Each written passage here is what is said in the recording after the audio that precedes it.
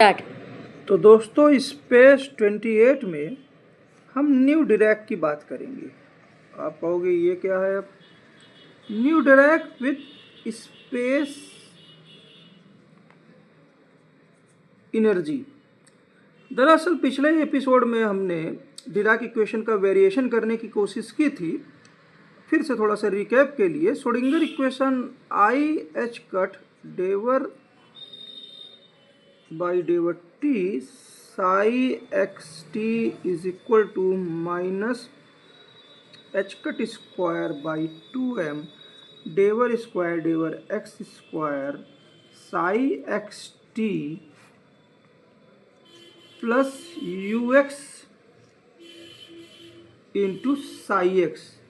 ये इक्वेशन आप देखिए जो क्लासिकल एनर्जी इक्वेशन से निकली हुई है, जो classical energy equation you x plus P square by 2m, जो थोड़ा सा अप्रॉक्सीमेट है रिलेटिविस्टिक इक्वेशन में, लेकिन ये डबल डेरिवेटिव है स्पेस में और सिंगल डेरिवेटिव एब्सेंट है। सिंगल डेरिवेटिव मतलब डेवर बाई डेवर एक्स एब्सेंट है, जबकि टाइम में सिंगल डेरिवेटिव है।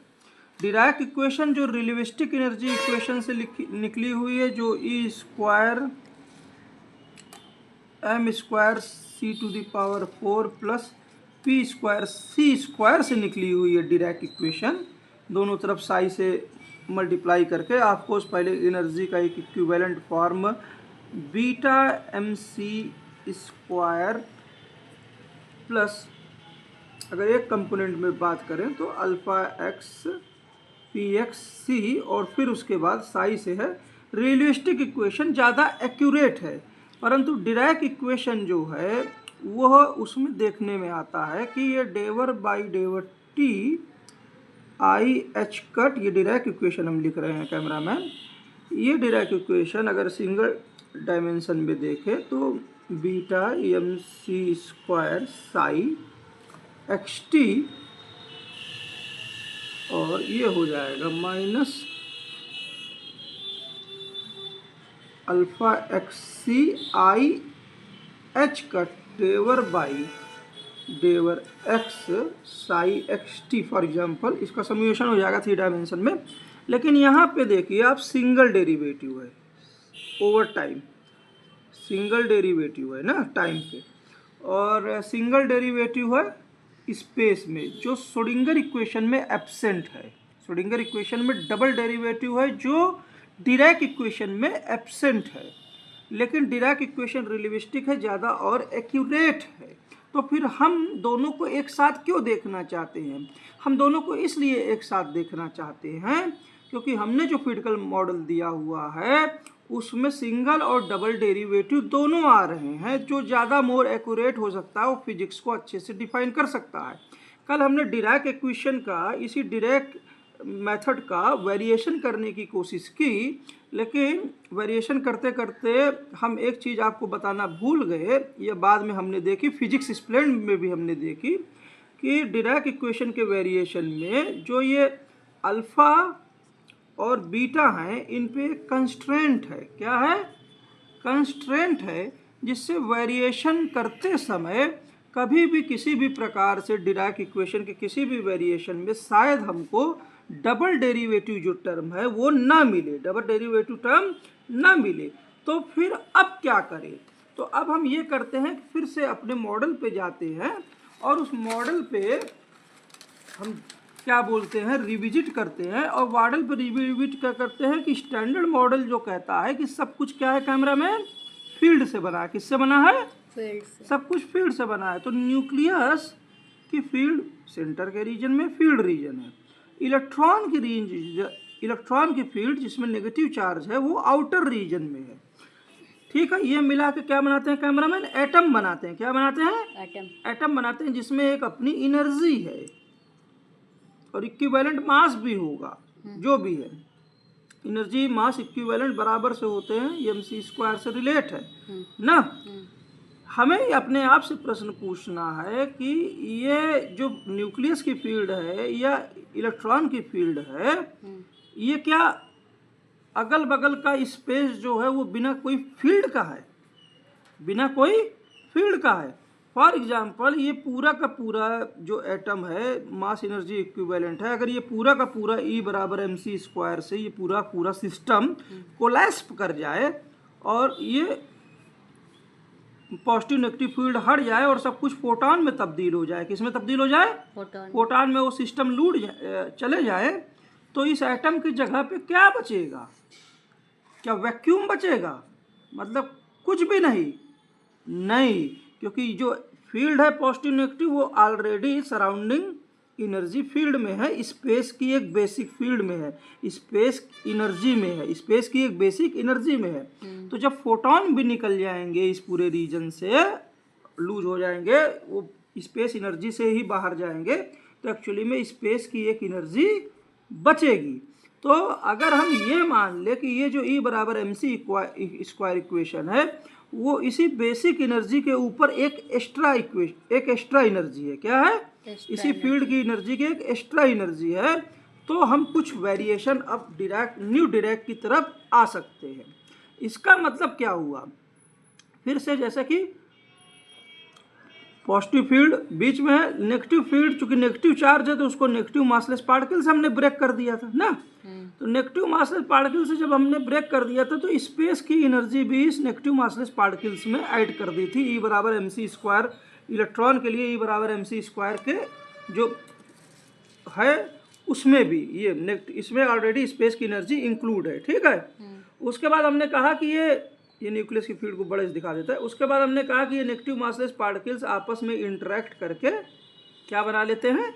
मास बनाते हैं एक मेजर पॉइंट, बाकी जगह क्लाउड बनाते हैं, तो हमने नेगेटिव मासलेस पार्टिकल की डेंसिटी को अगर इस पॉइंट पे ψxt से रिप्रेजेंट करें और इस पॉइंट पे जहाँ मेजर मास है पूरे सिस्टम की एनर्जी को ux से रिप्रेजेंट करें और मेजर मास जिस स्पीड से मूव कर रहा है क्लाउड के साथ उसको v से रिप्रेजेंट करें, तो इस पॉइंट पर अगर नेगेटिव मासलेस पार्टिकल काज हैं तो इसकी डेंसिटी को बैलेंस कर लेते हैं। जैसे professor Sanjeev Kumar Gupta sir chemical engineering में बैलेंसिंग पढ़ाते थे, तो नेगेटिव मासलेस पार्टिकल की डेंसिटी को अगर बैलेंस करेंगे तो पर यूनिट वॉल्यूम ये डेंसिटी चेंज कैसे होगी? एक्चुअली में इसके 3 फैक्टर होंगे। ये नेगेटिव मासलेस पार्टिकल कैसे क्या बोलते हैं? डिफ्यूज हो रहे हैं ना, कितने आ रहे हैं कितने जा रहे हैं, तो इनका नेट जो होगा वो एक्चुअली में /x² ψxt से एक फैक्टर डिफ्यूजन का, जो इतने इकट्ठा हुए जो भी आएंगे वो एक्चुअली में वैक्यूम में नहीं डिफ्यूज हो रहे हैं कि मान लो कंसंट्रेशन ग्रेडियंट के कारण, एक्चुअली में उनके सामने एक मास है और क्लाउड है जो इनको रिबाउंड कर रहा है। तो वहाँ के लिए दूसरा टर्म जो हो जाएगा b × ux × ψxt, ठीक है। लेकिन ये नेगेटिव मासलेस पार्टिकल्स आपस में कोलेज करके मास भी बना रहे हैं, तो जो भी नेट मिलेगा number of negative massless particle वो यहाँ पर कुछ उसमें पार्टिकल इफेक्टिव कलीजन होंगे जो डिपेंड करेगा कि दोनों की वेलोसिटी कितनी है।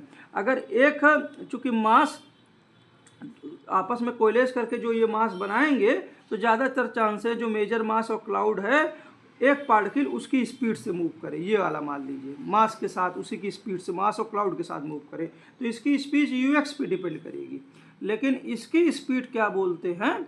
ये अगर फ्री पार्टिकल की तरह इस सिस्टम में मूव कर रहा है तो इसकी स्पीड एक्चुअली में किस पे डिपेंड करेगी?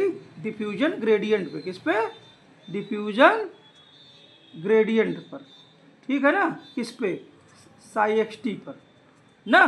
तो ये जो तीसरा टर्म जो होगा, एक टर्म डिफ्यूजन का, दूसरा टर्म डिफाउंड का, और ये पार्टिकल जो मास बनाएंगे तो उनकी संख्या घटेगी, तो तीसरा टर्म हम जो लिख सकते हैं कैमरामैन s टाइम्स एक की वेलोसिटी ux ले ली और दूसरे की वेलोसिटी -d/x ψxt, ठीक है ना। ये तीसरा टर्म आ गया। तो यहाँ पे देखिए हमारी इक्वेशन में ये डिफ्यूजन वाला टर्म जो है इंपॉर्टेंट रोल प्ले करता है, जो श्रोडिंगर इक्वेशन में है, ठीक है। डबल डेरिवेटिव कांस्टेंट टर्म दोनों में है, डिराक में भी है और श्रोडिंगर में भी है, ठीक है। लेकिन डिराक में सिंगल टर्म आता है, लेकिन श्रोडिंगर में यही क्या बोलते हैं? श्रोडिंगर में यही टर्म क्या बोलते हैं? नहीं होता है। श्रोडिंगर में सिंगल डेरिवेटिव /x का टर्म एक्चुअली में नहीं होता है ना। तो कल हमने वेरिएशन मेथड से ट्राई करने की कोशिश की कि किसी तरह डबल डेरिवेटिव टर्म एक्चुअली में डिराक का वेरिएशन हमने करने की कोशिश की, जहां हमने एक तरफ E² रखा और जो क्या बोलते हैं M square C to the power 4 plus sigma P X square C square ना, इसको साई से मल्टीप्लाई कर दिया और हमने ई को क्या बोलते हैं, दो पार्टों में जब ब्रेक किया ई को, एक्चुअली में ई को हम इधर वाले ई को हमने डिराक का वेरिएशन दिया।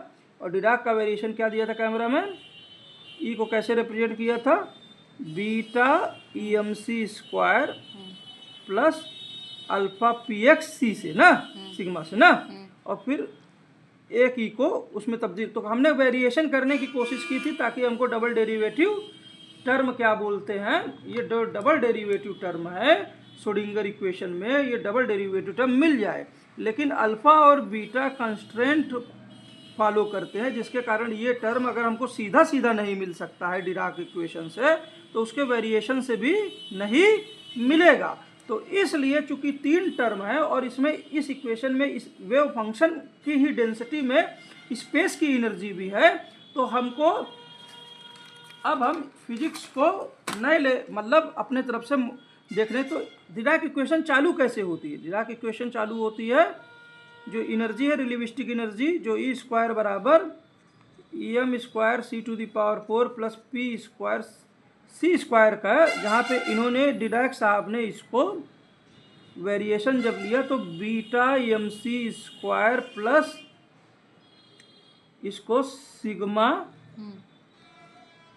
अल्फा एक्स पी सी ना, इस तरह से उन्होंने एनर्जी को रिप्रेजेंट किया जो वास्तव में ऊपर वाली एनर्जी को रिप्रेजेंट करती है, जहां अल्फा और बीटा में कंस्ट्रेंट है। ठीक है ना, समझ रहे हो कि नहीं कैमरामैन। तो यहाँ पर ये जो इक्वेशन है ये मास मोमेंटा, ये एक्चुअली में ये इक्वेशन ये कौन सा मास है, रेस्ट मास। ठीक है, और ये क्या है उसका रेस्ट मास का मोमेंटा, ये इक्विवेलेंट है, क्या बोलते हैं,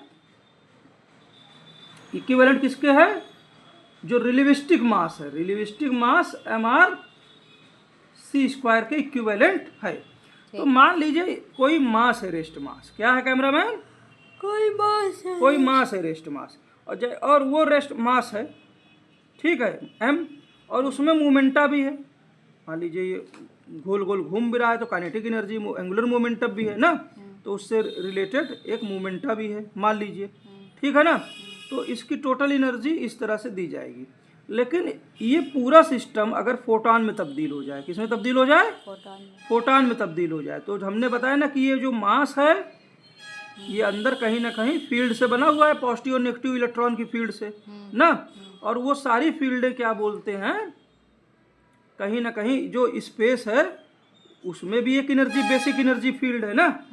तो ये सारी एनर्जी अगर इस इक्वेशन से एम सी स्क्वायर से फोटॉन में तब्दील भी हो गई तो उसके बाद भी यहाँ पर स्पेस की एनर्जी बचेगी, स्पेस की एनर्जी बचेगी जो जस्ट बगल में जो स्पेस है, स्पेस एनर्जी उसके बराबर होगी। फोटॉन तो दूर चले जाएंगे, फोटॉन तो दूर चले जाएंगे ना। एक्चुअली में हो क्या रहा है कि ये जो न्यूक्लियस की फील्ड है कैमरामैन, ये जो न्यूक्लियस की फील्ड है इसके बगल जो आपका इलेक्ट्रॉन के नेगेटिव मासलेस पार्टिकल है ना, ये इलेक्ट्रॉन की फील्ड को रिप्रेजेंट करते हैं। ये जब से ही कोलेस करके किसी पॉइंट पर कोलेस करके मास बनाएंगे, क्या बनाएंगे, मास बनाएंगे, ठीक है। और ये न्यूक्लियस था, अभी ये क्लोज सिस्टम है। सपोज यही मास जो अभी मास बना है ये फोटॉन लूज कर दे, फोटॉन लूज कर दे, तो नेगेटिव मासलेस पार्टिकल फोटॉन की लाइट में यूज हो जाएंगे, मास गायब हो जाएगा। लेकिन इसके जगह पे ये फोटॉन जाते समय भी स्पेस की एनर्जी से ही ट्रेवल करेगा आउटर में, प्लस इसकी जगह पे भी क्या बोलते हैं कुछ नेगेटिव मासलेस पार्टिकल बचेंगे कि नहीं बचेंगे, वो बात अलग है, फिर से कोलेस करके फिर मास बनाए। लेकिन सब कुछ पूरा सिस्टम जब खत्म हो जाएगा, लेकिन ये सब कुछ ये पूरी की पूरी जो एटम की फील्ड है ये स्पेस की एनर्जी के बेसिक फील्ड पर सुपर इम्पोज है। ये पूरा का पूरा मास जब खत्म भी हो जाएगा, पॉजिटिव नेगेटिव पार्टिकल्स फोटॉन में तब्दील भी हो जाएंगे, तब भी एक बेसिक एनर्जी बेसिक फील्ड बचेगी, बेसिक फील्ड बचेगी। तो वो एनर्जी जो है इस इक्वेशन में डिराक की रिलेटिविस्टिक इक्वेशन में ई स्क्वायर बराबर m square C to the power 4 plus P square C square या इसके इक्विवेलेंट, इसी के इक्विवेलेंट इक्वेशन में beta M C square plus alpha x P x c, इसकी रिलेटिविस्टिक इक्विवेलेंट इक्वेशन में वो एनर्जी ना इसमें दिख रही है ना इसमें दिख रही है, क्योंकि ये दोनों ही इक्वेशन जो हैं ई बराबर रिलेटिविस्टिक मास सी स्क्वायर, ठीक है ना। ठीक है। ये जो टोटल मास सी स्क्वायर, ये मास के एनर्जी को कन्वर्जन को ये दोनों इक्वेशन दिखाती हैं, चाहे ये इक्वेशन हो चाहे ये इक्वेशन हो। लेकिन हमने बताया ना कि मास कन्वर्ट होने के मास जो है, ये मास जो है एम आर कन्वर्ट होने के, एम आर में क्या क्या है, रेस्ट मास है और एक मोमेंटा भी है। ये पूरा एनर्जी कन्वर्ट फोटोन में लूज हो जाने के बाद भी यहाँ स्पेस की एनर्जी बचेगी, स्पेस एनर्जी बचेगी जो अगल बगल की स्पेस एनर्जी के बराबर होगी। इसका मतलब क्या है, टोटल एनर्जी सिस्टम की क्या होगी, ये तो होएगी टोटल एनर्जी, ये तो होएगी, प्लस इस एनर्जी में हमको स्पेस की एनर्जी जोड़ना है, स्पेस एनर्जी जोड़ना है। स्पेस एनर्जी किस वॉल्यूम में, जिस वॉल्यूम में इलेक्ट्रॉनिक सिस्टम है, जिस वॉल्यूम में इलेक्ट्रॉनिक सिस्टम है, तो इधर स्पेस एनर्जी जोड़ेंगे और दूसरी तरफ भी हमको स्पेस एनर्जी जोड़ना है, ठीक है ना। तो स्पेस एनर्जी प्लस जो आइंस्टीन की रिलेटिविस्टिक एनर्जी, ठीक, ये बराबर beta M C square plus, कायदे से दिखाना कैमरामैन, हम बहुत अच्छा हम करने जा रहे हैं, बस ओवर। तो टोटल एनर्जी जो आइंस्टीन की एनर्जी होती है, जो डिराक फार्मूलेशन में है, बीटा एम सी स्क्वायर, ठीक है, plus sigma alpha x P x into c, ये ई बराबर एम सी स्क्वायर की एनर्जी है, रिलेटिविस्टिक मास या टोटल मास एम सी स्क्वायर, जहाँ इसमें क्या बोलते हैं इक्विवेलेंट है, रेस्ट मास जो होगा और उसमें जो मोमेंटा होगा, ये टोटल मास यहाँ दिखेगा ना, ये वाली एनर्जी है, ठीक है ना। लेकिन ये जब मास फोटोन में तब्दील हो जाएगा तो ये फोटोन भी एक स्पेस की बेसिक एनर्जी में चलेंगे और इस मास के जगह पे भी स्पेस की एक एनर्जी इस वॉल्यूम में बचेगी, जो अगल बगल की स्पेस एनर्जी के साथ मैच करेगी ना। तो एक्चुअली में टोटल एनर्जी जब लिखेंगे तो इधर भी स्पेस एनर्जी जोड़िए, जिस वॉल्यूम में ये पूरा इलेक्ट्रॉन का सिस्टम है, क्योंकि इलेक्ट्रॉन की बात हो रही है, यही एनर्जी आप राइट हैंड साइड भी जोड़ेंगे, ठीक है ना, राइट हैंड साइड भी जोड़ेंगे और इसको आप कहेंगे क्या, टोटल एनर्जी। क्या कहेंगे, total energy, total energy with space energy. ये क्या हो जाएगा, total energy with space energy, space energy के साथ, हम ब्रैकेट में लिख देते हैं स्पेस के साथ ना, इसका मतलब ये हुआ।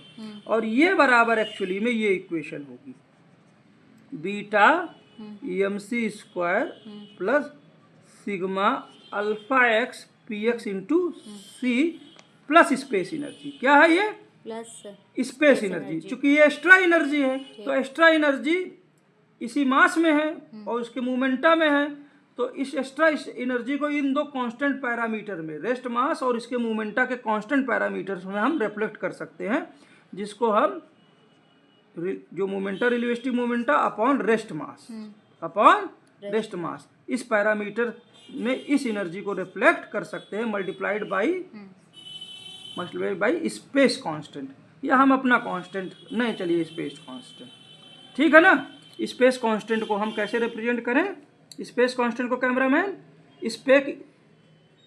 स्पेस एनर्जी डेंसिटी से मान लीजिए, ठीक है ना, ये स्पेस कांस्टेंट से, ठीक है कैमरामैन। अब यहाँ पर ये अब वेव फंक्शन हमने बताया ना, जो वेव फंक्शन वो हमारी इक्वेशन में क्या है कैमरामैन, नेगेटिव मासलेस पार्टिकल की डेंसिटी, जिसमें स्पेस एनर्जी ऑलरेडी इंक्लूड है ना। तो इसलिए इस इक्वेशन को जब हम साई से एक्स वाई जेड और टी 3 डायमेंशन जब साई से मल्टीप्लाई करेंगे तो इधर वाली साइड क्या हो जाएगी, E S multiplied by Sai, ठीक है ना। इसको ऑपरेटर पे जैसे ही एलिवेट करेंगे तो इधर वाली साइड में क्या हो जाएगा, i H cut del by डेवर t psi, ठीक है ना। ये दोनों डिराक इक्वेशन में उसी तरह आएंगे, ठीक, एम सी square beta M C square psi, ठीक है ना। और ये इसके साथ सिंगल ऑपरेशन में आएंगे ना, सिंगल ऑपरेशन में आएंगे तो ये क्या हो जाएगा, आई, यही मोमेंटा भी देगा सिस्टम का ना, i H cut c c sigma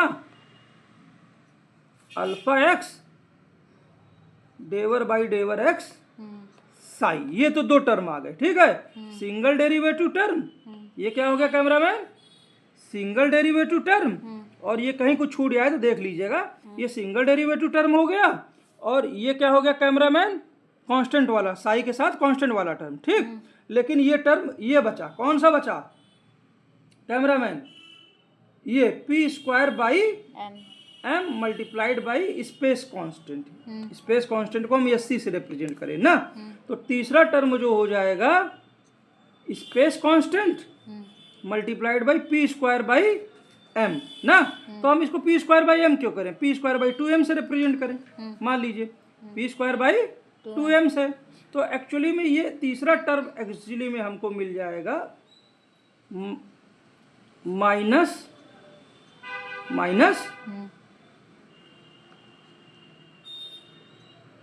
H cut square by 2m, जैसे श्रोडिंगर इक्वेशन में मिलता, ठीक है।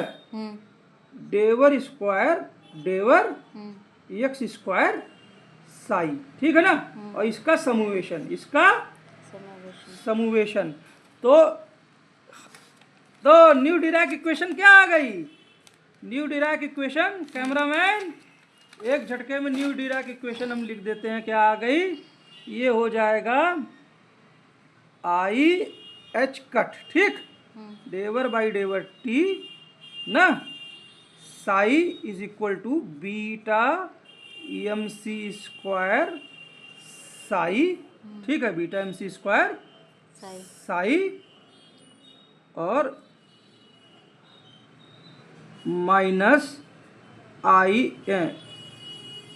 एच कट सी जो सिग्मा, हाँ, अल्फा एक्स डेवर बाई डेवर एक्स ना, साई, ठीक है, माइनस स्पेस कांस्टेंट और पी स्क्वायर के करस्पॉन्डिंग जब ऑपरेटर पे वो करेंगे ना, तो ये हो जाएगा H cut square by 2m, ठीक है, h cut square by 2m summation del square by डेवर x square psi ना। ये है, क्या है कैमरामैन, कहीं कुछ टर्म छूट जाए तो मेथड इंपॉर्टेंट है ना कि एग्जैक्ट टर्म, ठीक है ना। तो ये है new Dirac, of course Schrodinger equation with space energy ना। और स्पेस एनर्जी का कैलकुलेशन हमने बताया, स्पेस एनर्जी डेंसिटी का कैलकुलेशन हमने एक एपिसोड में बनाया है। स्पेस एनर्जी डेंसिटी जो होती है पर यूनिट वॉल्यूम स्पेस एनर्जी, वो मनीष और Reema constant, MR constant integral पूरे मास के वॉल्यूम में, हाँ, पूरे मास के वॉल्यूम में, ठीक है, माइनस ठीक है, माइनस रोसी स्क्वायर स्पेस एनर्जी डेंसिटी पर यूनिट वॉल्यूम स्पेस एनर्जी जो होगी, ठीक है ना। तो अब हमने यहाँ पे आप स्पेस 28 आप लोगों को पसंद आएगा, और ये न्यू डिराक इक्वेशन में जो double derivative term Schrodinger equation के करस्पॉन्डिंग मिस हो रहा था एक्चुअली में, वो हमने कहीं ना कहीं खोज निकाला। एक्चुअली में श्रोडिंगर इक्वेशन जो क्लासिकल अप्रोक्सीमेशन एनर्जी का है, उससे बेटर अप्रोक्सीमेशन क्या है, डिराक की एनर्जी जो रिलेटिविस्टिक एनर्जी पे आधारित है, ठीक है।